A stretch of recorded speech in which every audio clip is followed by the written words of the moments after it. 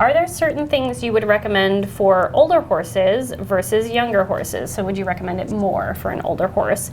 Why? And she's suggested examples are cold hosing, longer warm-ups, stretching before a ride, etc. So this is more in terms of like exercise.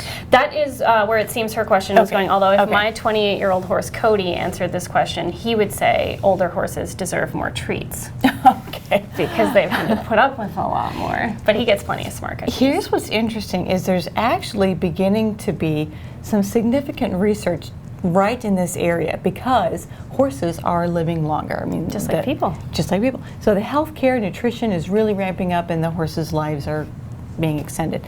And so now we're like, but wait a minute, is there a difference in exercise or how you should work the older horse versus the younger horse? And it turns out there is. There is, just like in people, an age-related loss of muscle mass. Oh. There's an age, and I forget if it's 40, maybe 45, when the muscle mass For people. in people begins to decrease over time, and so you need to counter that. And it's the same in people, in horses. And so they looked at why does that happen, and it's complicated, it's cool, it's interesting. It's got to do with satellite cells if you want to Google it, but there is a loss in the mass, the volume of muscle in horses. It's harder to maintain their top line. So you need to do specific things to maintain it. Likewise, for certain reasons, horses and people, as they age, have a reduced aerobic capacity. So her point, I think she talked on, should you warm up slower? Yes. And cool down longer? Yes. All those things, because part of it is they have a reduced circulating blood volume, and they're not able to also dissipate heat as well. We just talked about that a little bit in the previous question.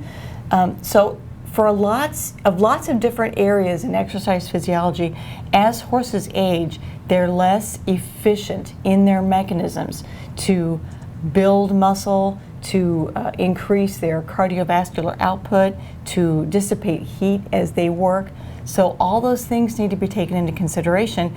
The bad news is that the researchers aren't sure what we should be doing to counter that. Although if you just use common sense with the longer, slower warm-ups, not letting the older horse down or off completely, so not pulling shoes and tossing them out for the winter, but keeping them on a plane of fitness, because it's going to be harder to bring them back, that sort of thing, and just being really paying close attention to your older horse and knowing when he needs a break, when he's had it.